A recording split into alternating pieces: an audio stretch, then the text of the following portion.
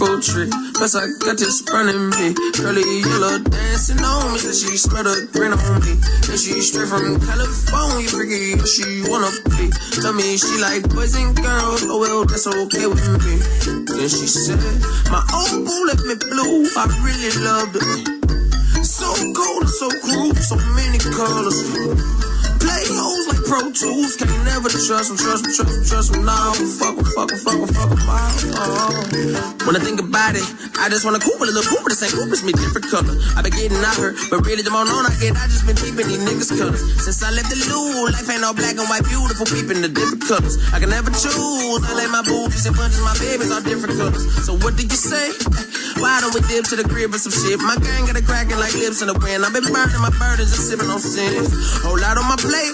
Them yams going down soon as I get a chance. Been busy, this music, she tying up my hands, but it's something when I get home. When I get home. When I get home.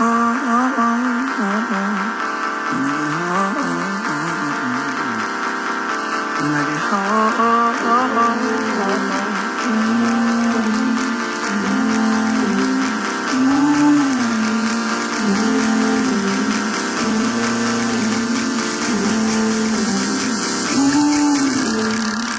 Tree, plus I got this burning me.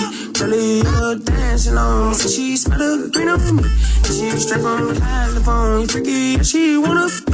Tell me she like boys and girls. Oh well, that's okay for me. And she said, my old boo left me blue. I really loved it. She said, so cold and so cruel. So many colors. She said, play hoes like Pro Tools. Can't never trust them, nah, fuck them, oh.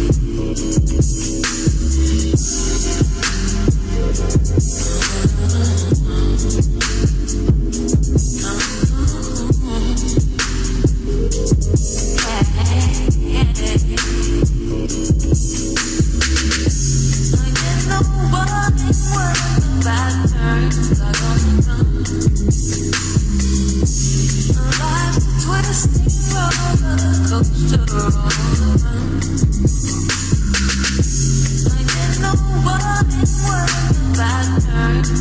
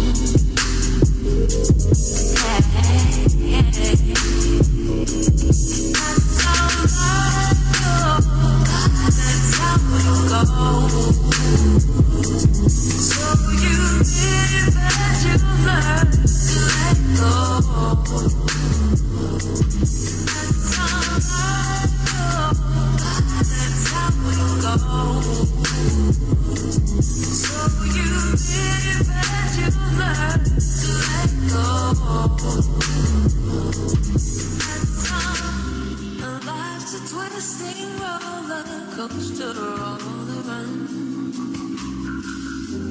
So I'm building when the bad never will be. And so life goes.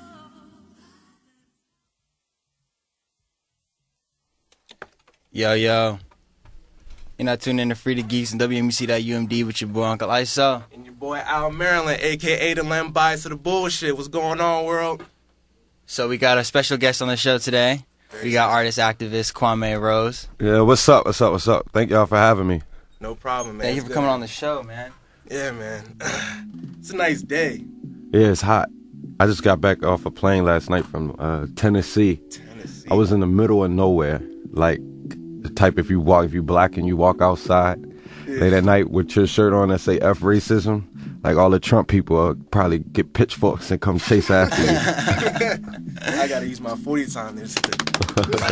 like shit. So you were out there speaking, right? Yeah. A whole bunch of public speaking. You're going to universities and stuff. How's that? Yeah, really, it's an honor, right? Like when I dropped out of college after my freshman year, I never thought I'd be back on a college campus like so soon. Like I'm only 22, and you know, speaking around the country, and it's really like it's an honor because like all I did was speak up, like use my mouth, and like I always had a problem with like saying the first thing on my mind, and I did it, and it impacted. So like when I be on college campuses, I get to meet so many people and young people, and like really encourage them to like actually step up and challenge the institutions to like actually address the concerns of black students on the black student body. So it's fun. I get to travel, I get to party, and I get to, you know, basically live my dream. So I'm blessed. That's what's up. What was the first college you spoke? First college I spoke at was, I think the first college I spoke at. That means you've done a lot. Yeah. Yeah, I really don't remember the first one. It might have been somewhere in like New Orleans. Yeah, it might have been like Tulane, Xavier. But I don't just do college campuses. I do like, you know, different events, conferences. The first event I actually went to was with this American Muslim. No, it was this ADC conference. It was like this group that addresses like anti-Arab discrimination in America. And I didn't know like that it was I didn't know Arabs were so down. I mean, there was a lot of issues with the older Arabs, like being like racist and anti-black, but the younger Arabs, like I didn't know, like I'm smoking weed with hijabis and everything. And can I say that on here? Yeah. I mean, I was just like down, and it was just vibing, and it was just like, it was so down to earth. And that's really the biggest thing, like out of this is like I get to meet so many people from like different backgrounds and cultures, and we just sit and collab, and like we all have like the same interests, we all the same age, and it's just fun. That's what's up. So you grew up in Baltimore, yeah. Yeah. So tell us a little bit about like how Baltimore has evolved as you living in the neighborhood. Has it changed at all? Mm-hmm. Like I saw recent statistics saying that like crime rates in Baltimore have not changed at all. Mm-hmm. So like I just want to know, since you grew up there, have you seen any change? Have you seen any differences made? No, I mean, it's funny, like, because I'm doing this program with Harbor Bank, the only black bank in Maryland. We'll be giving 1,000 bank accounts to high school students next month in March. And so I go back to my old high school. I graduated from this high school called Maryville in East Baltimore. And it's like the same textbooks that it was there when I was there. When I was there, they were old. Like, you know, like I said, I'm only 22, so I'm still growing. But when I look back and like when I was a kid to like now, like I'm realized like everything is still the same. Like nothing's really changing except for like new developments down happening in the inner harbor. But as far as like jobs and opportunity, better schooling, nothing's really changed except for like the mindsets of young people. I think like as the more we progress, like younger generations become aware and socially aware more than other generations. And I think the mindsets of young people, because when I was in school, I didn't realize like, oh, I'm living in a messed up society. Right. But young people nowadays, like they realize it. Like the whole Baltimore uprising was sparked by high school students fighting back against the police. Like, mind you, when I was their age, I'd have just listened to the police. But they like fighting back against the police. So I think like individuals have changed, but as far as like the system and like policing and school, and nothing's changed in that regard. It kind of seemed like there were. So my mother, she grew up around Park Heights area, mm-hmm. and basically, I think I think it was Pimlico Middle School.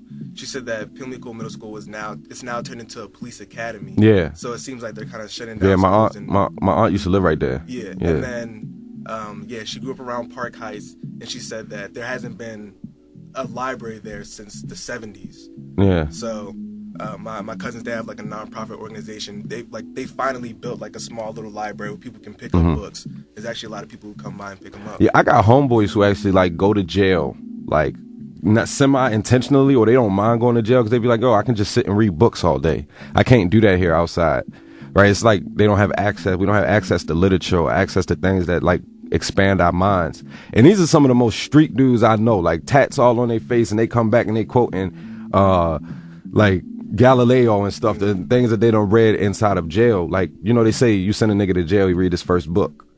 And like, you know, so I think that's a problem. The fact that, you know, like we don't have like adequate school buildings, or we closing so many schools down, but yet like education really isn't being sought after for young people. Yeah, I just went to I'm part of this organization on campus called Community Roots. It's like a minority advocacy, kind of like bringing the community together from different ethnic backgrounds and stuff like that. And we hold GBMs like every Thursday. And we just had one about the schooling segregation. Do you see a lot of that in Baltimore schools? Yeah, I mean, I think like the one thing about America is that like we're the most diverse nation on this planet, but at the same time we're the most segregated. And you look at Baltimore, 63% black. It's completely segregated. Like white people live in their white areas, black people live in the black areas, Hispanics live in Highlandtown. And then you look in the school system. I went to Mervo, 3,000 students with only 2 white students. And then you go to places like Baltimore School for the Arts or City College or Poly, where there's like adequate schooling. You see where you can tell where the best schools in Baltimore City that have the most access to resources are where the white students go. And that puts like, you know, black kids from the inner city who don't necessarily want to go to those schools. That puts them at a disservice. But that's, you know, that's the reality, and that's like, you know, things we have to change and just create social awareness amongst like individuals to challenge the system and be like, yo, black people need education just as much as these like privileged white kids living in Roland Park. Now, are those adequate schools in predominantly white neighborhoods, or? Nah, I mean like Baltimore School for the Arts is definitely downtown, and it's supposed to be a public school, but that was like when I went there. Wow. I went there 10th grade. Yeah, Baltimore School for the Arts is a public school. You got to audition. But I'd never seen so many white people in the school before I went to Baltimore School for the Arts, and it's only 370 students that go there. And you know, it's not necessarily that they're in a predominantly white part of town. It's just like where the resources are. Like City College was 2 blocks up the street from Mervo, but they just decided to funnel all the white students to one school, as opposed to like funneling them throughout the school so that we can all talk to each other. There's actually this good book, I forget the author's name, but it actually talks about segregation inside of schools, and it's called Why Are All the Black Kids Sitting Together at the Lunch Table? And it like just talks about how like young people don't realize they're segregated. They just hang with people that look like them and don't mingle with white students because they like never see them in school. So how do you think that we can integrate these schools and really fix the education system? I think what we have to do, right? Like yesterday there was a study that came out that said less than 2% of teachers are black men. So we only got, out of all the school systems throughout this country, only 2% of the teachers are black men. We need more black male teachers. We need more black teachers, period. I think when kids are at a young age, they should be taught by somebody that looks just like them. Because especially black people, we look up to people we could see ourselves as at a very young age. And I think, you know, when we get up to like middle school and high school, we should like, you know, have more inclusionary. I don't think necessarily integration, but I think like inclusionary, because I do think that there's like power in like having our own separate communities and like being self-sustainable. But I do think that at some point we do have to be inclusive inside of our school system. And I think that what we need to do is fund like independent programs like for the arts, as opposed to like just doing STEM programs. We need like more like arts and promoting like, you know, artistic platforms. That way people can express themselves, because a lot of kids in the city have trauma. And if you listen to like the music they write, the poetry they write, it's all about their lives, and it's a therapeutic expression. Word. Yeah, we grew up in Columbia, Maryland, so it's like extremely diverse. Pretty much went preschool, elementary, middle school, high school, all schools extremely diverse. And I feel like that really had a huge effect on the community, because coming from a young age, you know, when you're 7, even younger, you're growing up and you're seeing people from all around the world, all kinds of different backgrounds. And I feel like that has helped us become a little bit more accepting of other cultures, you know? So one of the things that I was saying about how we could try and fix these schooling systems and the segregation in schools is by integrating schools at the lower levels, you know, starting at elementary school and working our way up. Because when we were fixing segregation, we started in graduate schools, we started in law schools, and then we went down to undergraduate schooling, and then to the public schooling. And even then, and even now, if you look, I think it was from 88 to 91, I believe, I have to look at the stats again, was when integration in schools was at its peak. Schools were the most diverse then. And I mean, that's like a 3-year period. It's like a three-year span, you know? The reason why it stopped was because they had legislation that was forcing schools to bus students from other communities into like these more privileged communities to get to better schooling. But then they stopped monitoring that. So they just stopped the program altogether. So I feel like the issue isn't necessarily that we need to have, you know, more buses into these other communities. I feel like we just need to have we need better schools, of course. We need more resources in these schools and the underprivileged communities. We also need, I think, in order for race relations to kind of change as well, we need kids, when their minds aren't as rigid, you know, they're a little bit more malleable to look at other cultures and be exposed to them. Do you think that would be a good idea?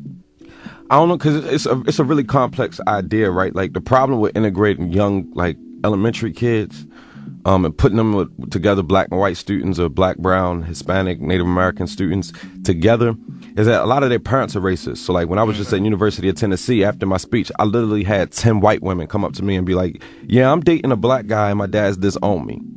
Right? So if the more black friends they have at a young age, and if they got racist parents, the more they'll be scrutinized and be like self-conscious. So I think first it has to start with like having a conversation with adults first, because parents will chastise their children and make them feel they'll like make them feel regretful about, you know, being so open. Racism isn't taught, it's not inherited, it's taught. And so it's a mindset. Yeah, we got to change like the mindsets of like the ones who are aware first, because young people will pick up after their actions. They aren't born into this world like knowing what black and white is.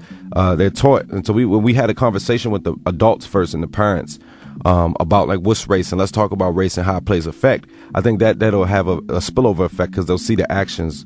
The young people will learn from the actions of older people. I feel like we need the scrutiny though. Like if you want change, of course you're gonna face backlash, and of course you're gonna have to go against the grain in order for something to actually progress and actually move forward. So, and I know like it kind of sucks that they're gonna have to face that scrutiny from their parents, but it seems like I feel like it's they're in the right mindset. They're doing the right thing by defying their parents, you know. Well, they not necessarily define them. They like fearful, so they stop dating the black guy just to have their family still around. So it becomes like fear. So they'll be like afraid to associate with black people out of what other white people will say. And that's why I said we start with the older people, because they had a conversation, when they try to have a conversation with their parents, the parents don't necessarily understand it, because like a lot of racist white people have just never met black people. Like the town I came from was like 85% white, and it was completely segregated. Whereas like black people will be in the same restaurant, but they just won't talk to the white people, and white people won't talk to the black people. Like we just haven't talked to each other. We are so afraid to like have conversations, just out of like fears we see and negative stereotypes on TV. Yeah. How long do you think it'll take for race relations to really, really start to settle down? I don't think this country wasn't set up to be like, it's going to take way longer than I'm going to be alive or y'all going to be alive.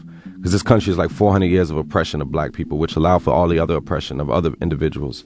And like we just got set back like 150 years with Trump. Basically. I mean, because he thanked Frederick Douglass alive, and you know, that was he died over 150 years ago, right? So I think, you know, it's going to take a long time, but I think we can make progression, right? We came a long way from where Dr. King and Malcolm X and Black Panthers and, you know, those individuals, we came a long way from the civil rights movement to now we at the Black Lives Matter movement. And so I think, by the time the next movement springs around and the next generation will be a lot closer, but I don't think we'll be there. It's like when Moses, and there's a story in the Bible when Moses, he led the children of Israel to the promised land, but he actually didn't get to see it. He just guided them there. And I think that's what our role is, to just guide future generations to get to where, to the promised land. Yeah, I feel like there's a little bit of a silver lining of Trump being elected, because now it seems like we all have like a common enemy. You know what I mean? Mm-hmm. It seems like where it's like everybody needs an enemy. Batman has an enemy. Superman has an enemy. But now we all have a common enemy, which makes us want to unified us. Yeah, unified us. Exactly. Exactly. Yeah. But we got more discussion for y'all, so make sure y'all keep it locked. We're gonna get back in this music though, but I think this first track is who's first? We're premiering the track? We premiering the track, I think. I'm dropping a remix of Rose Gold. She's from West Baltimore. She moved out to LA, and she has a song with James Fauntleroy, and I loved it so much that I made a remix of it. So hope y'all enjoy it. Yeah. Keep rocking with us. Stay geeked up.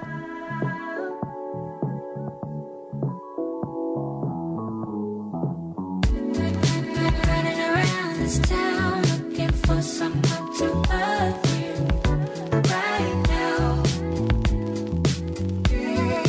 Keep running around and round, looking at someone who loves you right now. Running around this town looking for someone to run through right now. Don't wanna run around with someone who won't love me right now. Who wants to wait forever? I told you now or never. I've been running around this town looking for you. I'm so tired of running around.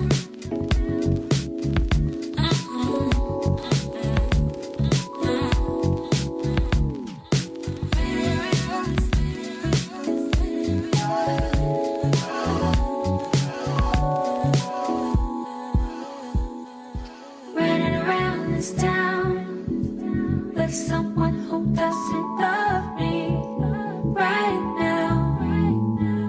Keep running round and round just because I want your loving right now. Running around this town with someone who doesn't know you right now. Keep running around this town. All that running's gonna run you right down. Street lights in the city, we grew up in the burbs. We should take the super back to my crib, and ain't much to come home to. Some leftover rice and plantain with 2 Arizonas I put in the back of the fridge. I know you wonder how this happened again, and you run back to your man, and how I'm always saying don't play me, and now I'm liking all my old Bay tweets, and now you Russell Westbrook, cause you always start with OKC. I'm binge watching Black Mirror, hit my phone if you need a ride though, but just call before I hit the hydro, but I always made time for this, and I don't like playing sides, but I'ma really take my time with this. We stay lower than my eyes would get. It's not hard for us to find regret. Pop quicker than the vine would get. If grass is green on the other side, climb the fence. Let's go to dinner like 5 or 6, and we can ride around the city. Got love for the land. Take 20 minutes to keep gum in my pants. Take 20 pics, but keep one for the gram. Text back, but keep thumb from your man. Talk to me, hey.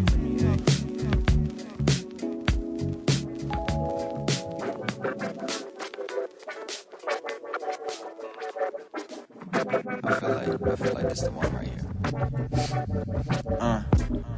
A disciple of Icarus, flyer than Kid Icarus. Want a girl like licorice. Am I really living this? I don't know, maybe I just gotta go. Shine my light down the road, all I saw was my glow. Wanna see the whole globe, never sitting on my throne. Past the lames I can throw, picking out my afro. Then my swagger is a dagger that belongs to an actor that just read the final chapter of how to be dapper. Plug in my adapter, get consumed by the laughter. I don't wanna know what's next, just believe that I'll be Casper. Yeah, and that's my final thought. not contained nor caught. I tried to take my thoughts and store them inside a bottle, but it was a debacle, too much for the apostles. We're looking for ourselves, but we find that we are blind. The only person hiding is the one you need to find. So don't waste no time, go ahead and find your heart when you're digging in your mind. I confide in golden treasures, and I can't hide my guilty pleasures. And I know why you want the letters L-O-V-E, yeah. My life's been going sideways. Fridays become the Mondays. Mondays become so mundane, and I can even stand that I feel like I'm going insane. And my brain keep telling me I need to slow my roll. Insomnia got the best of me, paranoia got the rest of me. And that right there is a recipe for my family crying rest in peace. And I can never let that happen, so forever I'll be rapping till the whole world gon' be snapping, grooving to my melody. So I'm just gon' put in the work, building my body of work. Quit my old job cause I knew that never could work. Got me feeling like Morpheus when I peep my metamorphosis. You could probably peep my soul leaking out of every orifice. Gotta get it by any means, I know it. Give love cause most don't wanna show it. Find sanction in the things you're not controlling. Only fund yourself, living inside the moment. I confide in golden treasures, and I can't hide my guilty pleasures. And I know why you want the letters L-O-V-E, yeah. Been trying to find that something special, but I know that I can't hide my guilty pleasures. I see that I won't find nothing better, and I ain't gotta worry about a thing, cause I'll give you the letters. For love, for love, for love, for love, L-O-V-E, for love, for love, L-O-V-E, for love. I ain't gotta worry about a thing. For love, L-O-V-E, for love, for love, L-O-V-E, for love, yeah. I confide in golden treasures, I can't hide my guilty pleasures.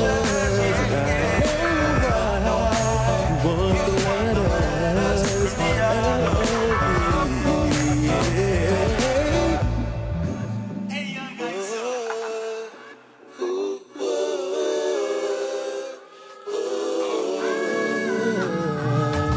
Yeah. We rolling. This motherfucking story started in 1997. The Lord above since the young king on down here straight from heaven. I've been a fucking man since I was only just 11. I'm spitting hella bars but preaching kinda like a reverend. They wanna choke a nigga something like a fucking noose. Cause all the bunnies like the mamba love to let it loose. They want me to be broke, they don't want me to rock the truth. Cause if I wear them long enough, I'll figure out the truth. Won't let them stop me, the whole world about to know my name. I'm young royalty already fucking up the game. I'm young and getting money, so I got a shot to win. Only want the money, never really want the fame. Only 18 making all you niggas feel ashamed. Ain't nothing personal, but where I'm from is who to blame. Boy, it's not my problem that you are fucking lame. The picture clear enough, or do I need a bigger frame? I had to get back on my old school flow to kill a shit. This beat so fucking hard, nobody gonna remix it. My mama be so proud, she said, boy, you gonna be rich. I said, I know mama, but first I gotta hit this lick. I'm in the clouds, I'm in the clouds. I'm so high, I'm coming down. I'm in the clouds, I'm in the clouds. Too turned up, can't turn down. You know why we out here, if you don't, then you a fool. I'm in the clouds, I can't turn down, I'm going vertical. I remember, yeah, without the bay and no auto tune. Got me through so much, he had to touch God to say thank you to him. Rolling on the rise, yeah, that's what we preachin'. I can't fuck with niggas who be lurking and be leeching. We ain't no students, got no teachers, but we teaching. I get drunk and high as fuck, we do this every weekend. Kicking broccoli with cookies, that's a steady diet. Pussy, money, weed, nigga, you should fucking try it. I'm about to put this album out, so you should go and buy it. But I must warn you that this shit might cause a fucking riot. I'm the greatest, call me Ali before he retired. All these rappers spoil milk, so they flow is expired. She sucking on my dick, so don't call me a fucking liar. And I'm from Beamer, so I go hard like the fucking wire. Rolling on the motherfucker.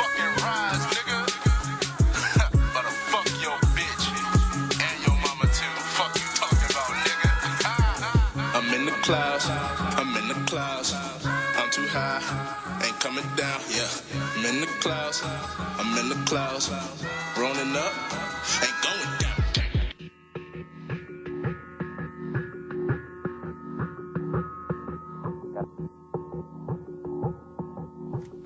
Yo, so we back. And we back. WMUC.umd.edu with Frieda Geeks, Uncle Iso, Al Maralen, and we got a very special guest in the building, Kwame Rose. Yeah, what's up? Yeah. So who are the leaders for today? Because I know back in the day, with the Black Panthers, you had Bobby Seale and Huey Newton. But today, you don't really know who the solidified leaders are. Mm-hmm. Yeah, I don't think there are no leaders. There shouldn't be leaders. We the leaders. It's all us. Like everybody doing their own thing in their own lane, like making an impact. I'm not a part of no organization. I hate being told. I hate authority. So like literally, I just wake up every day and do what I want to do and how best I can use my tools and resources to make an impact on society. So I don't think we necessarily have no leaders. Right. How many times have you been called a Black Lives Matter protester? Every day. And the thing about it is like I'm not a part of Black Lives Matter, but I believe that Black Lives Matter. For me, it's a belief. For some people, it's an organization. And I always say until it becomes like a universal statement, then we'll all be in a bad position. Mm-hmm. Yeah, I feel for me personally, I don't really understand Black Lives Matter as an organization, but I fully understand it as a movement. Yeah. Because I don't know who the solidified leaders are. Because you have D-Ray, but then you also have other people who claim to be D-Ray a part of. definitely ain't the leader. Yeah, he definitely ain't no leader. Yeah. I don't like D-Ray. Yeah, and then you have... Why? Hey, he's a clown. First, I got a problem, right? I'm from Baltimore, right? So, like, I might not have grown up now near Freddie Gray, but I'm from Baltimore City. Like, you can check my report cards, right? You can check my stats. I hate when people that's not from Baltimore, like, say they from Baltimore. It's the same as if somebody was from D.C., but they really from PG County. Like, like, don't just come when people, like, in trouble and it's like, there's fire burning from a CVS, and then you just come and run because it's attention. Right. And then after the cameras leave, it's like, what can we do? What did you put yourself in this very privileged position, but how you really helping people? Instead of, I don't believe in exploiting communities, and I believe in calling people out and checking them on they bad, what they doing that's harmful, because that's not how we gonna get free. Yeah, that's very interesting. Because like sometimes I follow DeRay on Twitter, and like sometimes I think like he's just like a Twitter activist. Like I don't really know what else he's really been doing in the community besides tweeting about it. Yeah, and I don't know no grown black man that wear Patagonia. I didn't even know what that was. So, right. Oh man, that's funny. Hey, he's making the forefront with the vest. Hey, yeah. We got real life superheroes out here. But I mean, like, I'm not just like a negative person. I just, like everything, I get called out all the time for things I do, and I sit and I listen, and I'm willing to listen to be open and honest. Like, I believe in community accountability, and my people from my neighborhood, Holland Street Market, they hold me accountable all the time, and it helps me become a better person. I wouldn't be where I am if I didn't have those group of friends from my community train me and then send me out as a representative of the community and a spokesperson. Yeah, talking about engaging in the communities and stuff like that, we were talking earlier about kind of the black community trying to engage like the white community, specifically the white supremacist community. Mm-hmm. You see people like what's his name? What's the comedian's name? You know what I'm talking about. You know who I'm talking about. The dude dude. Kevin Lance. No, not Kevin Lance. The dude on the Nightly Show or whatever. Trevor Noah. No, Trevor Noah. Yes, yeah. Trevor Noah. Yeah. Thank you. Engagers and resistors. Yes.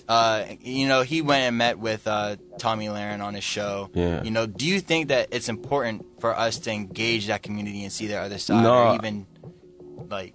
I think Trevor Noah is very problematic, right? Like when we normalize the fact that Tommy Lahren is this racist white woman, right? Like she's a part of the problem.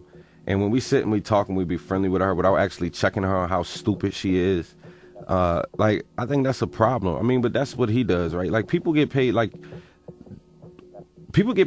a lot of money to do dumb things and keep us in a certain place, right? And I think Trevor Noah is a part of that. And like every action, even when Charlamagne was tweeting Tommy Lahren and they were like, ball buddy, like I ain't got nothing. If you hate me, I'm not about to be your friend. I'm about to check you and tell you why you hate me is wrong.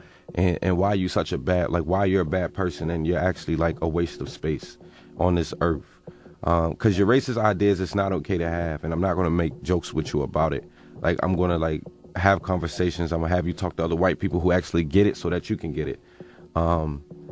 Yeah, so I don't think.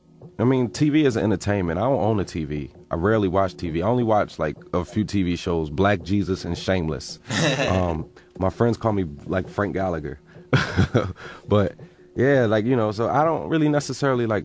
I mean, Trevor Noah, and then that's another thing, right? Like, it's only certain type of individuals that you see on TV and these platforms. Like, Trevor Noah ain't a reflection of black youth in America. This dude from South Africa. That's he's not even American. But he's been through the apartheid system, so of course he knows. But in our country, like it's so this thing right in America, right? The way white supremacy works is that they'll reward a black immigrant before they reward a descendant of an African slave, and that's a problem, right? And then so that's a privilege. In that certain aspect, and what we got to realize that the descendants of African slaves have been here and have done the work, and we should be the ones that are the forefront and be the ones speaking about these issues. I don't know who vouched for Trevor Noah from here, but his audience is mostly and predominantly white because he makes them comfortable. Right. His skin is fair enough. You gotta do the brown paper bag test. Yeah. But I would have vouched for Trevor Noah because I did think that he did checker on a lot of things. I agree, yeah. But although it might have came off as like jokey, buddy, especially from Charlemagne. But I do think that we need to engage with people who do not have the same ideas as us. But we have to make sure that we're talking to the right people, not people who just waste our time because they're going to stay in that mindset. So talking with Donald Trump, yes, that is a good idea, but make sure you have the right people behind you. And also having the right conversation. Yeah. Right. Like you have to be, like J. Cole said in his one song, which one was it? Do you remember? Off his new album. I don't want no picture with the president. Yeah. I just want to talk to the man. Exactly. Yeah, neighbors know my name. Yes. No, the neighbors. Yeah. Neighbors, yeah. So I feel like it's important to have the right conversations with these people too, because as you were saying, if you're just buddy with them, you're not helping the problem. You're actually worsening the problem. But it's like, even though like Obama, Obama called me out personally. Really? Yeah, I got asked about what my thoughts was on Obama, and I said he ain't done enough for black people. And instead of having a conversation with me, he chastised me like, yo, this is 22-year-old kid that's misguided and doesn't know what he's talking about. And so we got, like, that's the problem, like, and especially in the black community, is like people with privilege and the bourgeoisie, they like kind of, separate themselves from black people. Or like, black people who challenge the system. I want to have a conversation, right? Like, that's how I got on. I was trying to have a conversation with like Geraldo, and he ignored me. People are ignoring like young black people who like are saying like, yo, I'm not playing the game. I don't want a seat at the table. I'm gonna flip the table over if I'm in the room. Right. I'd rather build a new house that we can all stand in and talk and like dance and two-step. So what was it like being in the riot? Now, it was like, that was the most communal feeling I never felt safer in my life.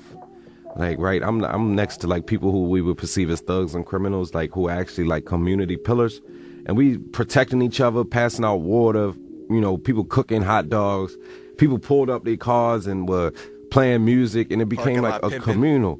It was like the safest time ever, right? Like, you walking through some of the most dangerous neighborhoods in Baltimore City, and it's just like, yo, what's up, my brother? Like, it, for that week, that was beautiful. And then, that it got co-opted because, when you had that type of unity amongst individuals who aren't supposed to be together, who are supposed to be killing each other over like little like 8 pills and things like that, like, that's dangerous. And that was the time I realized, yo, like, if we organize like people inside of the hood and projects, we pose a bigger threat than we ever could on side of like a college campus or anything. So do you guys come together more? So does the community come together more when just like out of the ordinary, or does something have to happen, such as like Lord Scooter being killed or riots happening? I think so. Like, I mean, I think one thing important about, especially for Baltimore, is that like, yo, young people now had different heroes. Like D. Watkins, who's an author from East Baltimore. Devin Allen, who's a photographer. You got so many heroes that don't rap and don't hoop. And that's mainly, I think, is the best thing that came out of the uprising, is that, young people get to see that they can be, themselves and use their tools and their talents and actually make an impact at a young age. Like, I'm 22 years old. I get to travel around the country. I've hung out with Swiss Beats and Alicia Keys before. I know all these people who are older and they claim what I do is inspirational to them, and at the same time I'm sitting looking at them and I'm inspired. And I know like young people, and I'm in a barbershop and it's this young kid that's like, oh, I saw you on TV, you know, like that means something. And so like it's humbling to me. But I think that the community, it resonated. Like young people are definitely paying attention, and that's bringing us together and allowing us to help each other because we're changing the mindsets of young people. Yeah, so, you know, we also mentioned that you're an artist, you're a musician, and through your music, you promote a lot of activism. You have a whole bunch of social commentary, and all of it's excellent. What do you think? So I have a couple questions about this. Firstly, what do you think is hip hop's role in promoting social activism? And secondly, you were talking like how you were hanging out with Swizz Beatz and Alicia Keys. Do you think that entertainers have an obligation to be social activists? And there was something else I wanted to say, but nah. Just those two questions, yeah.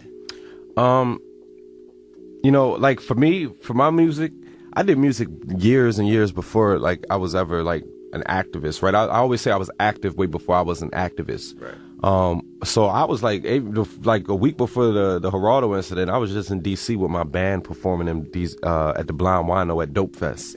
Blind Wino.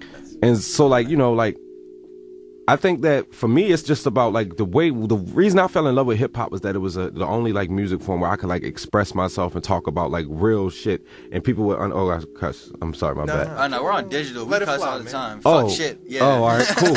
So yeah, like I could talk about my life, right? Like I remember like bumping J. Cole, right? And when I found out who J. Cole was when I was in 11th grade, and then when my car broke down when I was working at Marriott, and I literally like was on the bus for like 2 months saving up to get a car, working from 6 a.m. to 11 for 2 months, and the only song I would bump every morning on the bus riding to work was J. Cole, Premeditated Murder. Like that was my inspiration because I saw myself in the lyrics. And so for me, like talking about my life, I don't necessarily do it from the mindset of being conscious. It's just like, yo, I can play with these words and I can make people listen. And my goal is like when you look inside the mirror and you reciting these words, it's like they're yours. Right. It's like your story, like it's mine. It's like this whole time up here, I'm bumping Future, that new Hendrix album. And it's just like, yo, I gotta break somebody else's heart before the end of this year. Like these is my words. Like and I think that's the beauty of like hip hop. But I do think like right now this is co-opted. Like you got a lot of rappers who like are on and popular. Like I hate Lil Yachty, I hate Ugly God, I hate Lil Uzi Vert. They not rappers, right? Like I think, you know, like it's just mumbo jumbo. Like you're not saying nothing. They're just entertainers. But I will say I don't like Lil Yachty's music, but I like Lil Yachty as a person. So he says like I don't drink, I don't smoke, I just have fun. Like so I like him as a person. You know what I mean? He's not trying to be anything that he's not. So I respect. He's trying to be that. a rapper, and he not. Yeah. They're entertainers. Like they'll come out and say, I'm not a rapper. Like Lil Uzi said, I'm not a rapper. Ugly God said that he makes trash music. Like he confessed that he makes trash music, and he knows. Yeah, but why is that? Like why is that the thing? Like why is that profitable? Yeah. Right. Like why do you get like not to? If you're not saying nothing, like and people are listening, that's like a problem, right? Like you have like Chance the Rapper. And you have so many people who like are young, and Chance is like around our age, and you have so many people who are like young, and like you have like artists who are really saying stuff and putting on, and they can't get on because people want to just hear stupid shit all the time. Yeah. So it seems like we should only let the people who really want to make a change. Like I'm not gonna try and force Young Thug to come out and say, you know, Black Lives Matter. He's not an activist. He might say something that doesn't coincide with my ideas. You know what I mean? So I'm not expecting him to say something so profound. But from somebody like Chance and J. Cole, yeah, I do expect that from them because that's what they put in their lyrics. But I think it's like, I think Thug is a great artist. Right. And I think he has talents and he's influenced a lot of the music industry thus far. I think like, you know, we got to reward artists and people who like put effort into their art, not somebody who just gets up and just mumbles the whole time. Right. Yeah. Like that's what's problematic. Like, you know, so I think it's just all about like rapping is an art form. And if you're not getting better by each album, like you can track the progression of Cole, you can track the progression and the change of Chance, right? But if every track you come out with sounds the same, like we could track the progression of Migos and they sound like they like the James Brown. No, they're like literally like the Beatles of our time, not even James Brown. Like, if you look at that, I think Future might be the James Brown of our time. And then Migos are the Beatles. Like, yo, like that's art. Like they're actually like they may be talking about like coming from like selling drugs and stuff like that, but like the way it sounds and like it's actually saying something. Their flow is contagious. That cadence is contagious. Yeah, but let's talk about your music a little bit because we're running close to the end of the show. We only got 7 more minutes. I have 2 tracks that I'm kind of thinking. Well, I have 3 tracks that I was thinking about playing. Stay, Dreams About a Million, and State of Emergency. State of Emergency is that song is mad dope. I saw it got the bump on NBC. NBC had personally shouted that joint out. So yeah, that was dope. So these are all off of the EP Activist. Yeah. Tell us a little bit about that project, just really briefly, because I want to get into one of these songs. Well, when I made Activist, it was like really at a rough time for me. It was hard to write music. Like State of Emergency was like and Stay were the only 2 new songs I had. Well, I did on my way home to so it wasn't a hard time for me to write music. But it was like me coming out. I was really popular for activism, and I wanted to show people. That's why the word activist is in the parentheses, because I wanted people to know I was active way before I was an activist. And so this is like literally like, you know, these songs are like, you know, this is how I felt. This is me, like on a normal day basis, me rapping and freestyling in the car, smoking with my friends. Like this is the real. This is who Kwame Rose is. If you don't know me from like activism. So, we got 5 more minutes left. Quickly, what we like to do on Frieda Geeks is we like to say what we're geeked up about for the week or just in general. I'm a geek. He's a geek. Yeah. You're a geek. He's definitely a geek. So yeah, I'm geeked up, you know, about the weather. I'm also geeked up. I'm going to the Smithsonian after this. They're having a film festival, so I'm geeked up for that. What are you geeked up for? I'm geeked up to head back home. I'm still working on a story for a Muay Thai fighter. Then I'm going to the 20th year anniversary for Alpha Achievers to see all the black men who've come through Alpha Achievers throughout the past 20 years. You know, it's grown so much. When is that? Because I kind of want to go. Tonight at 7. Okay. Yeah, just make sure you get your ticket though, because it's true. It's gonna be crazy. Yeah, I might tear up. Yeah. What you geeked up for? Man, I'm geeked up. I'm back home in Baltimore. I was in the studio. If I got off the plane last night, went right to the studio. I'm going back tonight, and I'm be at South by Southwest for my 2nd year in a row. This time, talking and performing. And I'm geeked up. I got some big things happening like around April. My birthday's in May, so I'm trying to close out 22. Gemini? No, Taurus. All right. May 13th. Yeah. May 14th. Oh, all right, yeah. So that's what I'm geeked up about. Babies, right? I like that. Yeah. That's what's up. So yeah, I'm gonna play this last track. Do you have a preference? I really wanted Dreams About a Million Part 2, but you might not have that one. I don't have that right now. Nah. I mean, I can try and get it right quick though. Hold up. Did you know that you can just jack it straight from SoundCloud? It would download it? Yeah. That one right there. No, I didn't download it. You just don't want to play from there? It's not synced up. Yeah, this one was really important, right? This was like the first track I had recorded in over like a year and a half. Like this track was this is like, have you heard it? Mm-hmm. Yeah, this is like really like, this is like raw and authentic me. This is actually the first one I heard from you, and I was like, yo, this joint is hard. Yeah, this is like my soul right here. This track, and it's Dreams About a Million.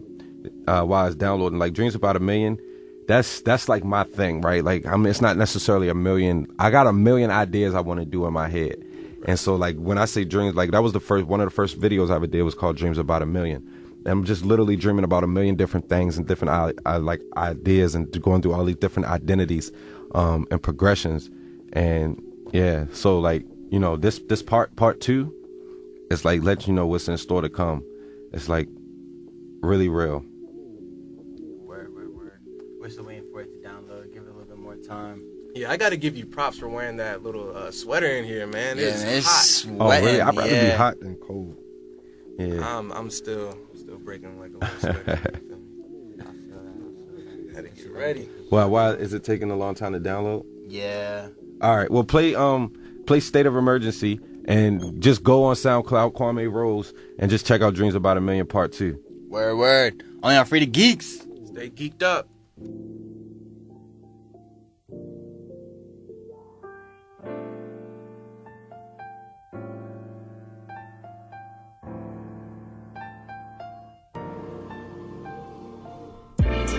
So we'll be fine in due time. But right now, it's a state of emergency. Free our minds, heal our souls. Lord, you know, it's a state of emergency. The camera's gone now, it's time to put the work in. Went to testify, but the church wasn't open. This is nothing more than an open letter. I used these words as a sword till you couldn't get the message. Till we loot liquor stores, hey, grab me a fifth seat. I've been active way before I was an activist. I've been rapping, think it's time that I go back to it. It seems like that's when life was much simpler. Still, what's the price for the life of a nigga?